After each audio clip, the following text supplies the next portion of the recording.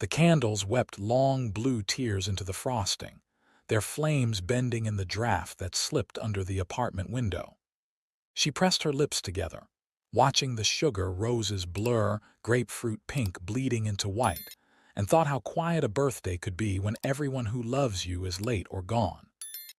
Outside, rain stitched the alley into a shining ribbon, and from the dark beneath the laundromat awning, a guitar began to sing. Before we begin, if this kind of story speaks to your heart, feel free to share where you're watching from. It's always beautiful to see how far stories like this can travel. Enjoy the story. Chapter 1. Wax and Rain. Mara didn't light the last candle, the one shaped like a crooked 2 with a tiny star hooked to its curl. 22. A nice number on paper, round and symmetrical, the sort you could fold into an even square. Her hands, which obeyed in slow, stubborn ways these days, hovered over the box of matches and withdrew. Her apartment smelled like warm sugar and laundry detergent drifting up the stairs. The refrigerator motor whirred like a choir humming the wrong key, and the wall clock ticked with the smug certainty only a clock can own. Somebody had taped a "Happy Birthday" banner crooked over the bookshelf. It had been her mother, cheeks wind-blown, eyes apologetic, sliding back into the rain with a scrunchie between her teeth and 3 shifts at the hospital stacked end to end. "I'll try to get back before 9, she'd said, leaning down to kiss her daughter's hair. The kiss had landed in the crescent where part met scalp. "Don't cut it without me, promise." Mara had said okay. Then the power blinked, then the city yawned and backfired, then time did what time does, slipped. At the window, she watched the wet street. People blurred by behind their umbrellas. The guitarist, she had never seen him before, stood under the laundromat neon. He wiped rain from the body of his guitar with the edge of his jacket, flicked droplets from the strings with a neat habit. His hair, dark and curling at the ends, clung to his temple. His knuckles were raw. He wore a patched denim jacket and boots with a seam splitting down one side.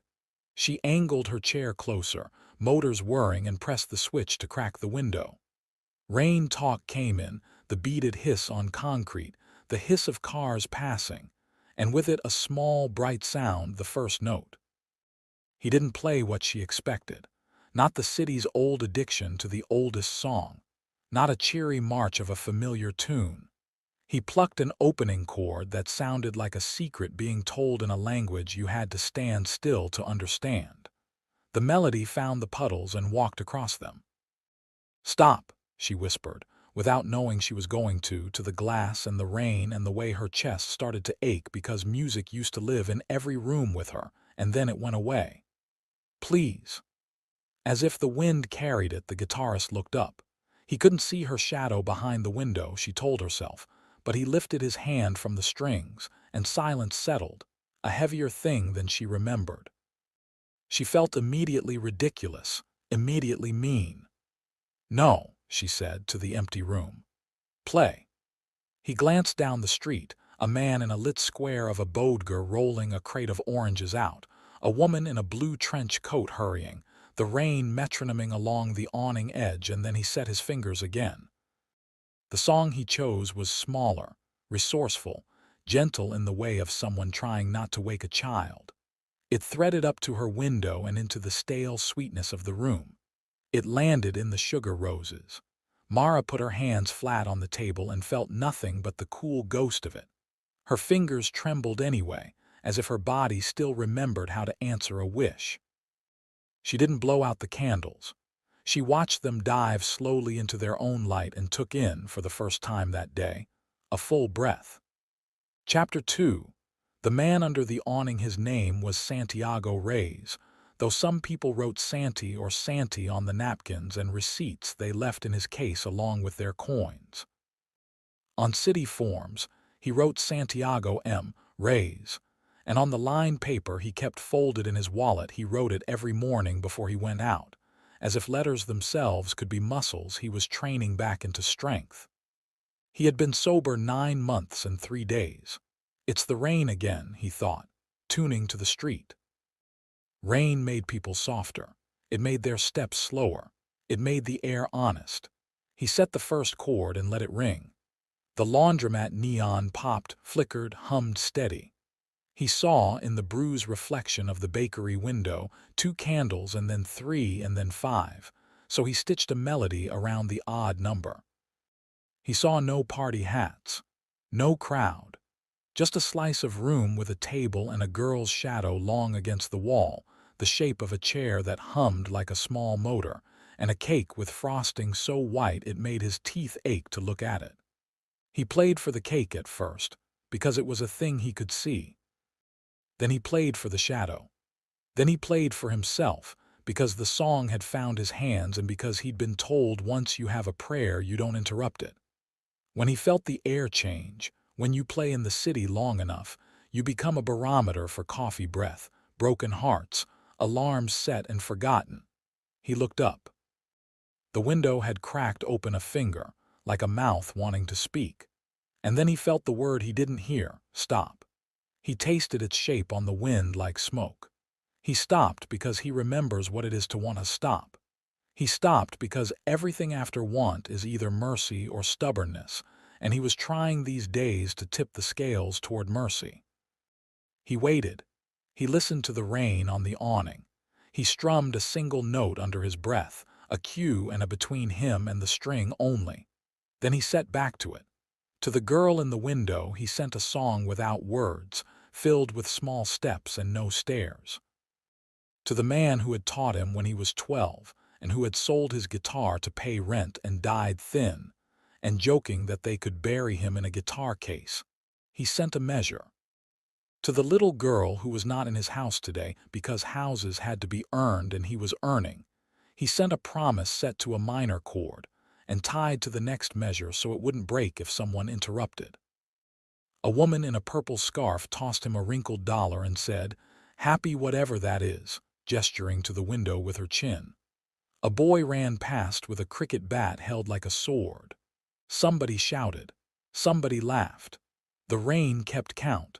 Santiago finished the tune and because it felt wrong to end it, played it again. Chapter 3. Cake and quiet. Mara had never felt music as a thing that took up space. It had been, all her life, an atmosphere. Choir halls, car radios, the cheap keyboard she and her sister had painted blue so it would look like the ocean even in January. She'd harmonized without thinking in the produce aisle when she was just a person in a body and didn't feel the body at all except when it flew, falling into soft grass after a running dive. Music had been free because motion had been free. After the accident, 2 syllables that, when she thought them, had the taste of pennies in her mouth. Silence had moved in like a rude roommate and filled every corner. She had playlists labeled soon and later, and when normal that she never touched. She told friends she was tired, but the truth was that everything with rhythm hurt. It felt like someone set a metronome on the table and left the room, and all she could hear were the clicks. She listened now because she could. Because the melody asked nothing, did not demand her body. It offered something to imagine, and imagining didn't cost her more than the small ache it always did. She closed her eyes and saw a barefoot little boy walking along a low brick wall, balancing, his arms wide, singing to himself so he wouldn't look down. The song stepped like that, careful and giving itself courage. Her phone, face down beside the cake, buzzed. She flipped it over with her palm. 3 missed calls from Mom, 2 from Rena, her sister. Rena, who would FaceTime with a glass of wine in one hand and a boyfriend in the background making faces, and tell her story after story as if words could rope across the gap. A text from Dad from yesterday morning, "You good?" She hadn't replied. She didn't know how to reduce the complicated geography of it to a small blue bubble. "Mom," she said to the empty room, "it's okay that you're not home yet." She pushed one shoulder forward and then the other and managed to move her chair closer to the table. The cake wobbled. The candle that had burned the lowest sputtered and died with a small sigh. She pressed her palms to the edge of the cake board. The plastic knife lay to the right of the box, print on the handle promising "sure grip," with an exclamation mark that made her want to throw it across the room. She picked it up, felt it heavy in her fingers without the ease of her wrist to agree. From the window, a chord rose like a breath being taken. "Okay," she said to the knife. "3." Santiago counted on the street without knowing he did. "1, 2, 3, she said and tried to press. Her hand trembled. The tip of the knife sawed and found the icing, crushed it. The movement that used to be invisible now took 3 deliberate requests and an agreement from muscles that had announced, once, that they were going on strike. She told herself it didn't matter, that she could use the side of the knife or the fork or just not. She told herself, for the 1,000th time since the ambulance, that she was not a scandal just because she was visible. She didn't cut a slice. She pressed down hard enough to dent the cake. It was enough to feel like something had yielded to her. Behind the glass, the guitar noticed and made a small, bright noise like applause. Chapter 4. The messenger, the kid who delivered the laundromat flyers, had hair that stuck up like a weed through a crack in the sidewalk, and a grin that came too easily to be distrustful. He'd been running errands on that block since he was old enough to be mistaken for a bicycle messenger, and young enough to still know all the names of the pigeons.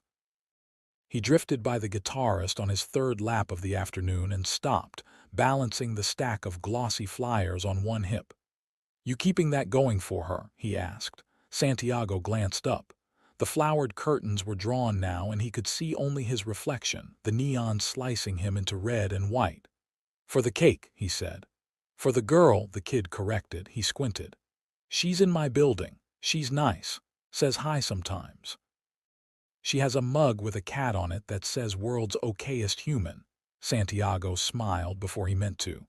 "That mug tells the truth." The kid shifted his weight foot to foot. "You want to send her a note?" He said it like he was offering contraband. "I run stuff upstairs all the time. Chargers, Advil, casseroles with no labels. People are always forgetting their keys and ringing in like their life depends on someone else's fingers." "What would I say?" Santiago asked, and surprised himself by asking aloud. "Happy birthday," the kid said. "Or that song's called." "Waiting with You," Santiago said, and realized it had a name now. "Cool."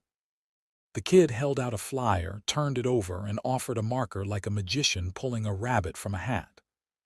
Santiago wrote in letters careful as if a teacher were watching, "If you want me to stop, hang a napkin in the window. If you want me to keep going, turn on the lamp." The kid took the flyer and turned toward the building door. "What's your name?" "Santiago." "Cool," he said again, and then, with sudden earnestness that made him look younger, "She's nice, but she's sad sometimes. Like she's underwater and listens to people with a snorkel. You get me?" "I do," said Santiago. He thought of his own little girl, Isabel, curling like a comma around the stuffed shark he'd given her, making the kind of small sleeping sounds that told him she was dreaming in color. The kid disappeared, swallowed by the foyer's too bright light. A minute later, a lamp in the 2nd-story window turned on. It threw the silhouette of a woman's shoulders up on the curtains, a trapezoid shape, the good, stubborn geometry of a place someone sits every day and says, "I am still here." Santiago played the song again for the lamp. Mara held the flyer with her thumb and index finger, the marker lines bleeding a little into the gloss. She held it up to the light and read it twice, the simple kindness of it making her throat burn. She found a napkin. She tucked it under the lamp. She did not hang it. She lay it on the table as a compromise with the past, and a small warning to the future that she would not be swallowed whole. Chapter 5. Boundaries and Bridges. Her mother came home at 10. Wet hair, soup smell, and the quick, tired hands of someone who has spent the day touching strangers and being thanked for it as if gratitude were a currency that could pay rent. "Oh, baby," she said before anything else. "The candles," Mara waved her hand. The candles were short columns now, wax spilled into upside-down tulips. "I waited," she said. "You didn't have to." Her mother put down her bag and tugged the banner straight, as if correcting the angle of a word could fix something. She noticed the flyer. "What's this?" "From the Guitarist," Mara said. She hadn't meant to keep the moment to herself, but some things feel polished by silence, and you hesitate to show them lest the light go out. Her mother read the note. She moved to the window and saw him still there, hands moving, head bowed, the world divided into people who hurry through the rain and people who stop. She wrapped her arms around herself. "Street musicians," she said, something between a sigh and a warning. "They can be, look, I'm happy he's playing, but don't what?" Mara asked, sharper than she meant. "Don't hear it." Her mother glanced at her. "Don't rely," she said gently, meant as a gift, "on strangers." Mara felt the echo in that of nights she had waited for her father to come be a father and been told later, "He's trying, he loves you." Love can be a long distance sometimes. She felt the bite behind her eyes. "Love is a long distance," she said. "Music is a bridge." Her mother put her hand on Mara's shoulder, and then on the vinyl armrest of the chair, because she had learned, over 1,000 small lessons, where a body likes to be touched. "Eat a slice," she said. "Let me tell you about Mr. Holcomb asking me to call his wife my lady even after 62 years. He still blushes." They cut a slice together, her mother's hand steadying, hers doing the work she wanted them to do, and listened while the guitar stitched itself through their kitchen and laid a seam between the day and the first few minutes that felt like night. Chapter 6. The one who returned it was Rena, who called their father. "It's her birthday," she said. "You don't have to make it a performance. You can just show up with a plant or something that says 'I'm still your dad' in a statement piece of fern."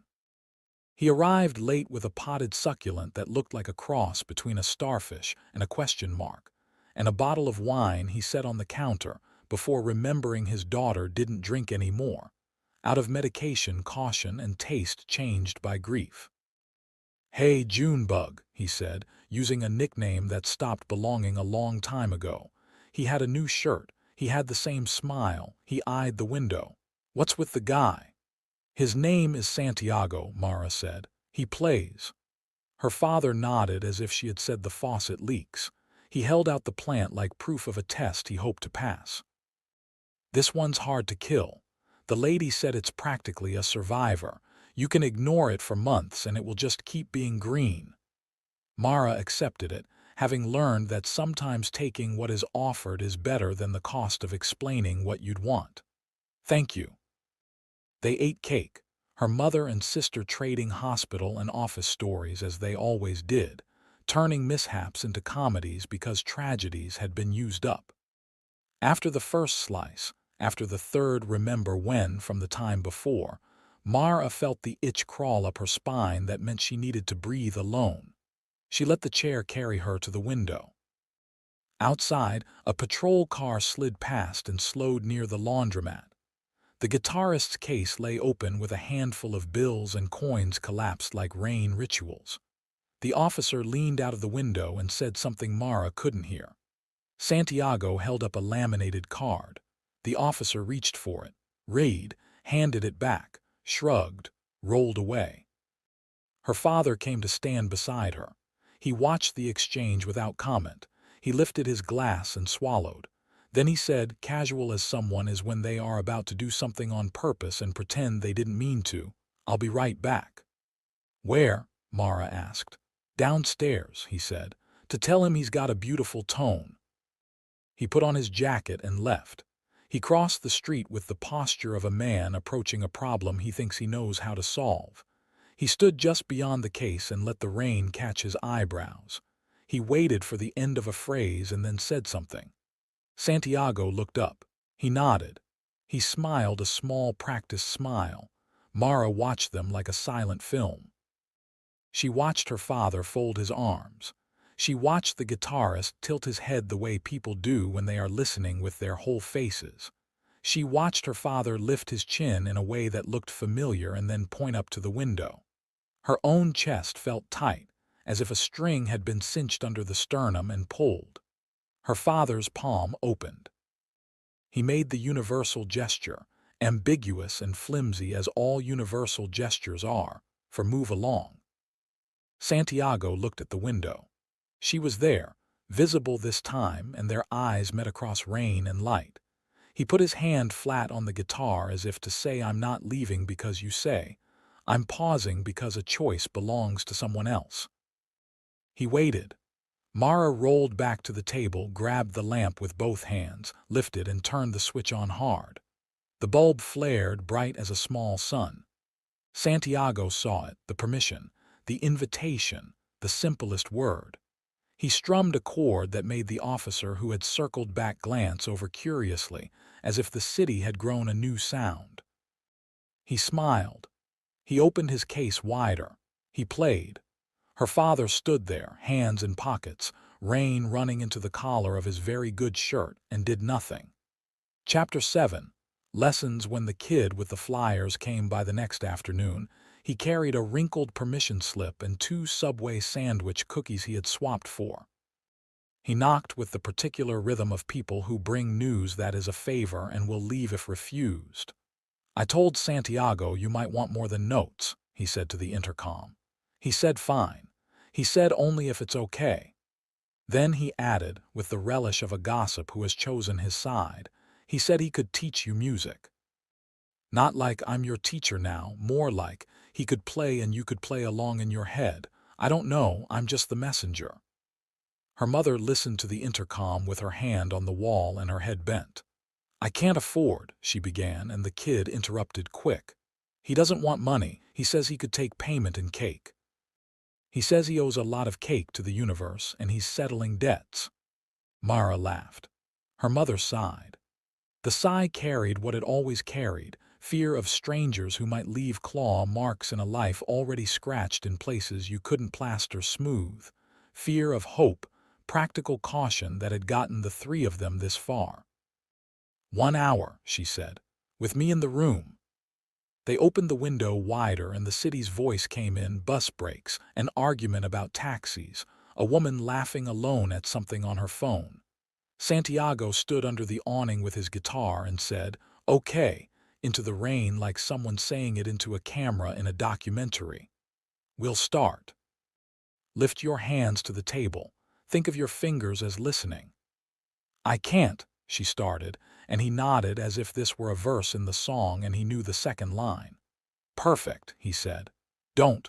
Don't is a good place to begin. Don't means you have a border. I'm going to put notes on the other side of it and see if any of them leak through." Her mother made a face, skeptical, but didn't interrupt. Santiago played scales like stairs. He played scales like a row of windows in a building where every light turned on in sequence. He played a simple tune and left gaps for her to count, and in the gaps he said things like, "What color is the next note? And if your hand wanted to follow, which finger would it send forward first? And it's okay to be a listener. Listening is a verb." She closed her eyes. Her fingers twitched and, traitors that they were, sometimes forgot the plan and did their own.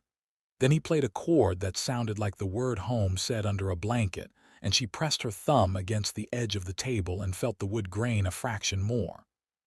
When the hour ended, the candles on the cake, now small cousins of candles, the frosting starting to gloss over, the kid brought up the cookies like offerings at an altar. Santiago accepted them with a solemnity that made them laugh. "Same time tomorrow?" he asked, as if he were asking if the rain could be arranged to return. Mara nodded. "Same time." In the elevator, on his way back down after delivering a last flyer, the kid said, "She smiled, you know." "I know," said Santiago, and tucked one of the cookies in his jacket pocket to save. Chapter 8. Cracks. The city didn't like predictability unless it belonged to rent-due dates and trains arriving only when you'd given up. The third afternoon, the laundromat owner frowned at Santiago through the glass and drew a finger across his neck. "City says no more," he mouthed through the glare. "New rule." The rule was the same as the old rule, dressed in a tighter suit. Permits required. Only certain corners. No obstruction. Amplified sound banned.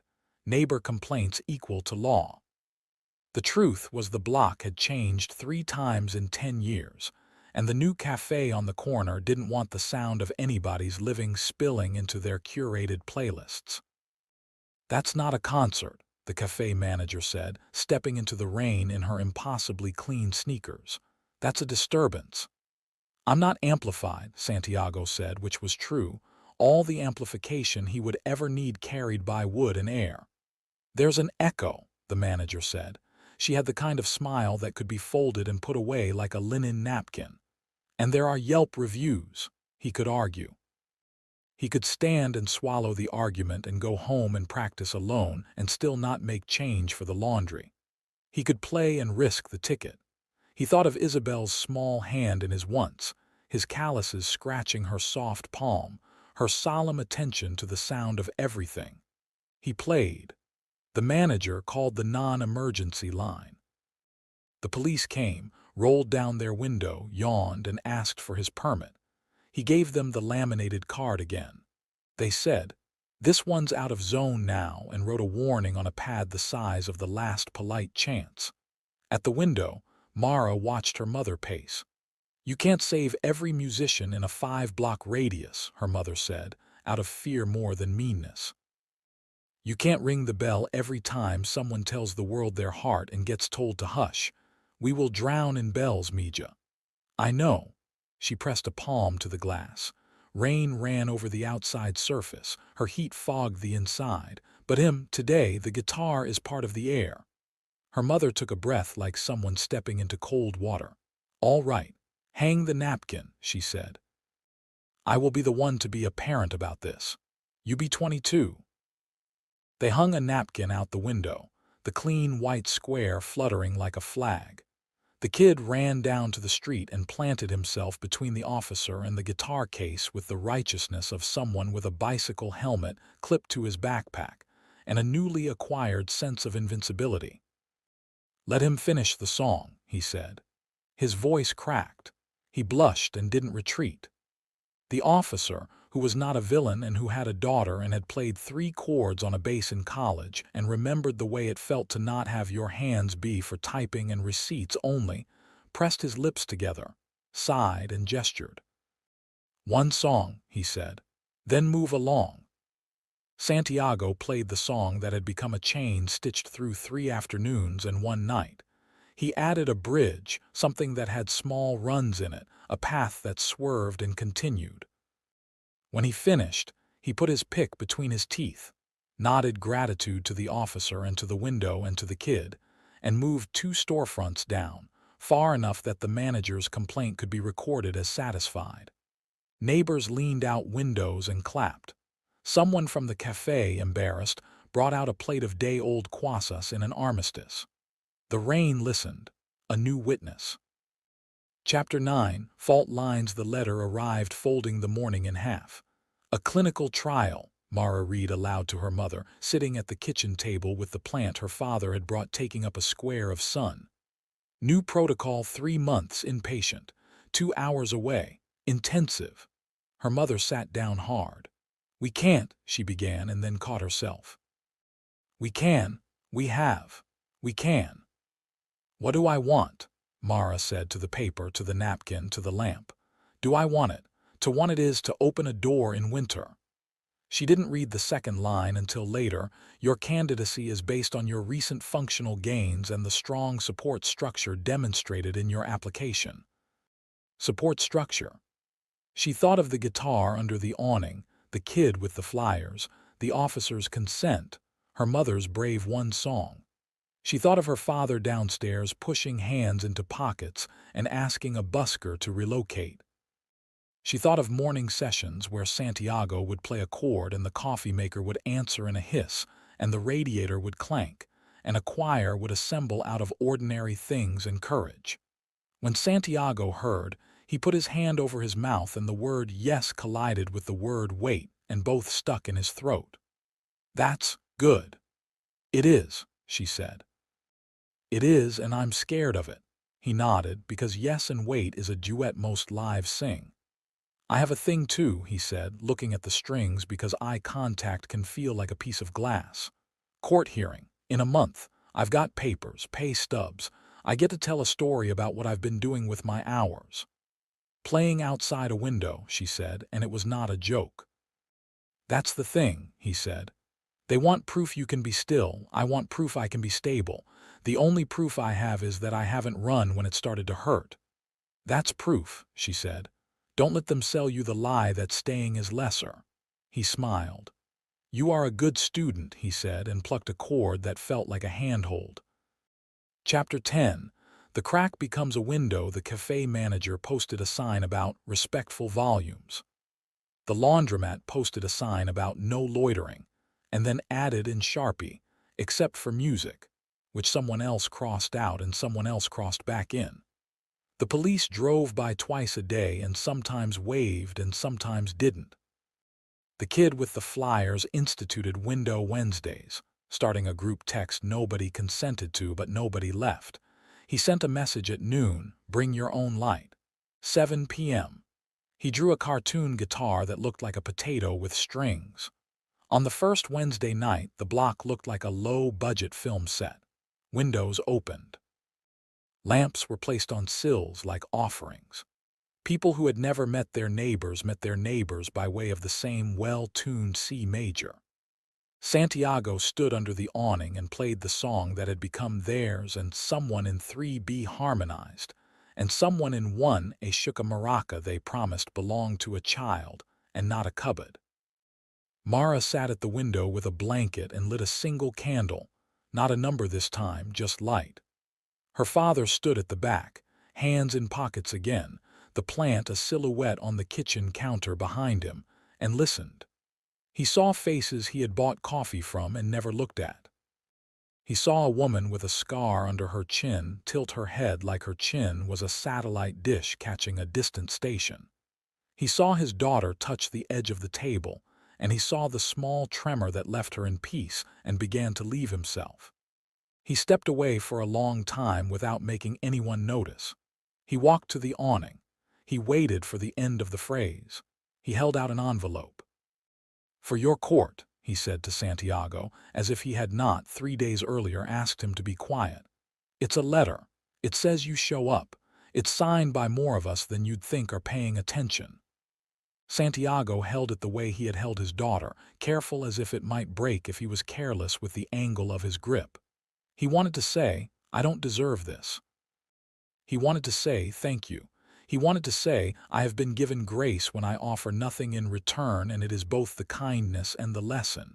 He said only, I will show up. Her mother, watching from the window, put a hand over her mouth. God help me, she whispered. I'm going to miss that sound if the trial keeps her away. The kid with the flyers climbed the fire escape one rung and announced, also, the cafe has agreed to host acoustic Thursdays if we keep it to an hour and buy 1 kwasa per every 2 people. I don't understand capitalism, but I'm using it. Somebody shouted, sing the one you wrote, at the window. Somebody else shouted, it doesn't have words, and the first somebody said, everything has words, we just don't know them yet. Mara closed her eyes and mouthed the word thank you to the melody and did not add please, because for once in 22 months she had been given a thing without needing to ask with her whole face and the ache at the bottom of her foot she couldn't feel. Chapter 11. Leaving 2 weeks later, Mara packed. You pack when your hands are not your hands the way you fold the past into boxes. You point. You rethink. You circle. Her mother hid in the bathroom to cry and came out with a towel over her shoulder and eyes that said equal parts brave, proud, terrified. Rena came over and left a satin bridesmaid dress on the back of a chair, as if it were a promise that normal would arrive in packages. The plant on the counter put up a new green thumb, pointed toward the window. Her father carried down 2 cartons marked books and asked no one to forgive him and everyone to let him try. And this, too, was a kind of apology. The kid with the flyers taped a drawing to her door, a stick figure in a wheelchair playing a guitar with 6 strings that extended beyond the page like rays from a sun. Santiago played earlier in the day, the hour between the white vans bringing produce to the bodega and the school letting out. He had his hearing tomorrow at 10 in a building where all the windows were long, thin, and made people look worse or better depending on the weather. He had the envelope of letters in his pocket. He had the song under his fingers. "Before you go," he said to the window, which felt both childish and practical, "I have a surprise." He brought the guitar to his lips and sang. He had a voice he didn't use often because it was not for money and not for applause. It was a voice that cracked a little on the high notes and recovered by smiling, and it carried what you would expect from a man who had learned that sometimes saying a thing out loud makes it durable. He sang words he had not thought he knew. "We waited with you. We will wait again. The street will remember your hands even when you're not here. We will put the chair by the window. We will leave the lamp on. Come back with whatever you find." Mara cried openly because pretending to hold back tears felt like pretending she wasn't leaving. Her mother cried. The kid cried because everyone was crying. Her father did not cry. He put his hand flat on the wall and pressed as if entering something like a church. The cafe manager cried and blamed the onions on her sandwich. The officer who had written the warning stopped, heard the singing, lifted a hand in greeting and smiled. The city, this once, gave them the smallest pause. She left 3 days later. The window looked like a window without a person in it. The lamp, on a timer, came on at 5. Chapter 12. Keeping time in the clinical study. There were machines that spoke like robots trying to be kind, and a nurse named Gloria who braided her hair before every shift and told stories that began with "in my country" and ended with advice that made sense even in Chicago. There were parallel bars and a strap that went high around her chest, and a small specialized electrode that made her fingers twitch like fish in a shallow river. There were days she wanted to throw every new tool across the room. There were days she laughed at nothing, and it felt like a muscle, too, had remembered its use. On Wednesday nights, she sat alone in her new room with a lamp borrowed from the communal lounge and played the recording of the song on her phone. The title on the screen said "Waiting with You." The hospital landscape outside the window moved like a map drawn by a child, a tree, a car, a lump that might be a dog. She sang the words he had sung quietly, so they wouldn't turn to stone with repetition. Her mother visited on Saturdays, bringing soup and book club updates and the sound of the stairwell. Rena FaceTimed, wedding plans blooming like fast-forward flowers no one could stop even if they wanted to. Her father sent a photo of the plant, 3 new arms up, green, stubborn, the dirt as dark as wet bark. The kid with the flyers sent videos of Window Wednesday with shaky camera work, an unsteady love letter to a block. On a Friday, an envelope arrived in the blue stack, forwarded by the landlord. It was thick. It smelled faintly like rain and laundry detergent. Inside, a photocopy of a court document, joint custody awarded pending compliance with conditions. At the bottom, a list of signatures on blank paper. On the back, a note she brought her own stuffed shark to the first night. She snored like a kitten. We watched a documentary about whales, and she told me clearly they should go to bed too. On a Sunday, she pressed her palm to the parallel bar and felt her thumb press back. She cried so hard, Gloria turned off the machine and let her finish without asking questions. "Which hand?" she asked when Mara nodded that something had happened. "Right." "Bueno," Gloria said. There are only certain words that contain the kind of goodness that feels both holy and like coffee at the same time. She came home in a month and a half to everybody waiting at the window, and it was a cliché and a miracle, and she didn't apologize for either. The block held its breath when they saw the chair come out of the cab, the kiss of the ramp on the curb, her mother's hand on the back not pushing, just there. Mara smiled and felt it like a stretch warmed into through repetition. She rolled through the front door and into her kitchen, and the plant waved hello in a way that made even the cafe manager laugh. On the counter, a cake. The top said "Welcome home. We saved you a slice." And there was a drawing of a guitar done by a child. Through the window, a small girl in a yellow raincoat holding a stuffed shark under one arm, braver than the weather, and beside her, Santiago, holding her hand. He looked thinner and clearer, like a man who had been asked to step into a story and had done so and now had to carry it with grace. He lifted the guitar. The girl lifted her shark. The block laughed and applauded the shark, because you should when somebody offers you joy. Santiago played. The girl watched him with one hand on the body of the guitar, feeling the echo. The window opened. "I missed that sound," Mara said, and had the sensation, for the first time in 2 years, of being made of something that could both stand and bend. They did not resume exactly where they'd been. Stories don't. They threaded new string through the old holes. The Wednesday nights continued. The cafe manager developed a taste for the second half of songs.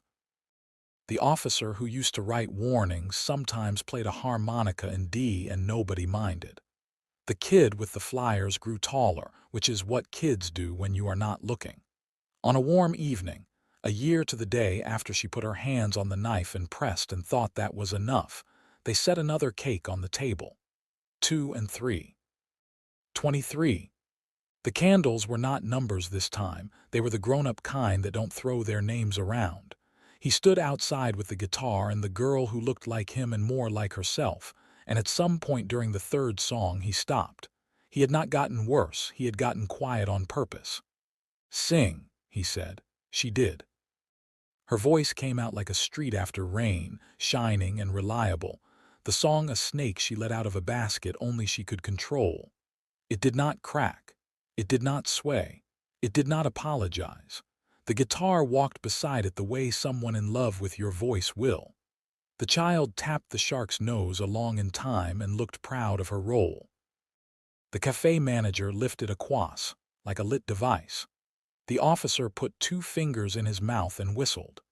The city did what cities sometimes do when people insist on being fully alive in the open. It softened. Later, when the cake had been cut, by her slowly, her hands an army of one, and slices had been distributed and the block had returned to the business of being a block, Mara put her fingers on the bare table and pressed. The movement was small. A fractional bend of a wrist that used to be a stranger, a nod from muscle to brain, a yes from body to will. It felt like the time she had learned how to float in a pool, the water lifting her despite everything she thought about gravity, and the first thing she did was not gasp or clap.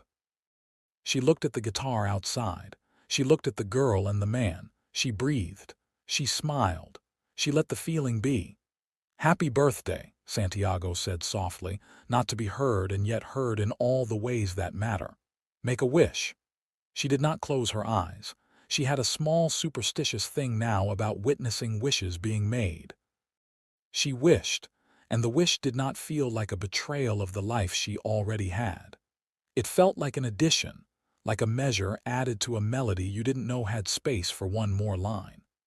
Behind her, her mother wiped the counter with the care of someone cleaning the altar after a good service.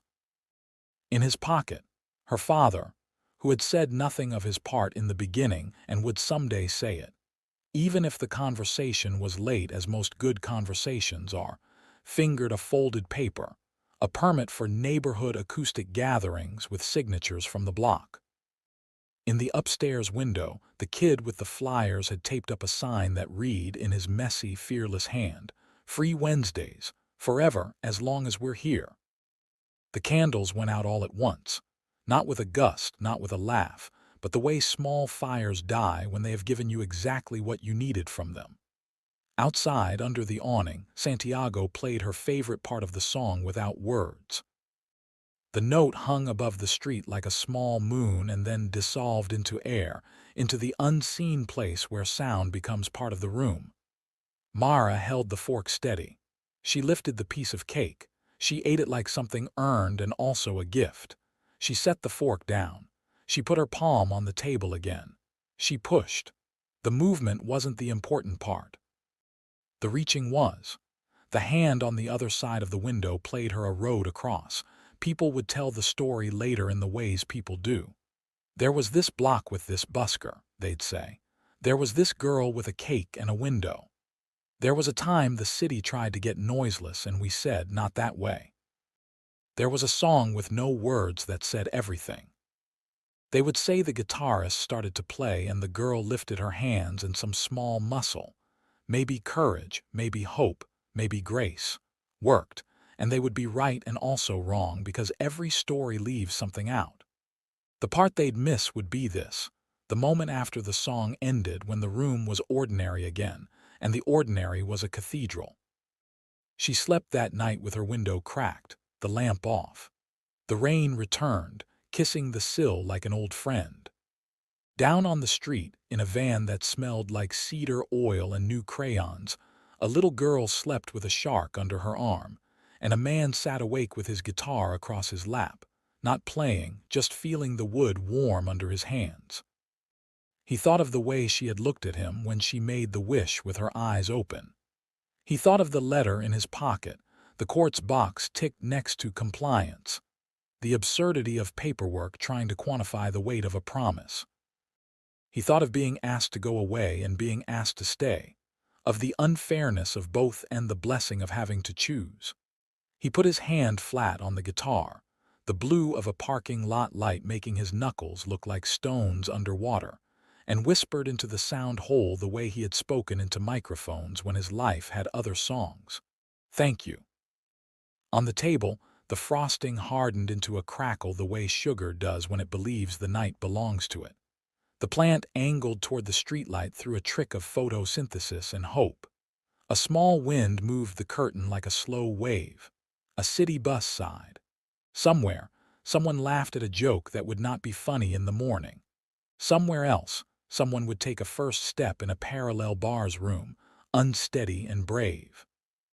In the morning, there would be errands and therapy, and a tantrum about whether at the curb that would be half theatrical and half true, and phone calls and emails, and somebody knocking with flyers to be posted for a potluck where dishes would be labeled in both rage and love.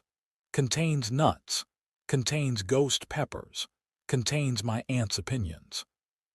But in the middle of that night, before the day picked up its many voices again, she pressed her palm flat on the table a third time and felt the silent echo of a note turn, briefly, into tenderness, and then into intention. She slept with that intention in her bones like a song you wake humming and carry through the day without noticing you do. And on the street, a guitar waited under an awning for rain or sun with equal patience, like a friend at the foot of a long bed. Hands ready, heart ready, no words required.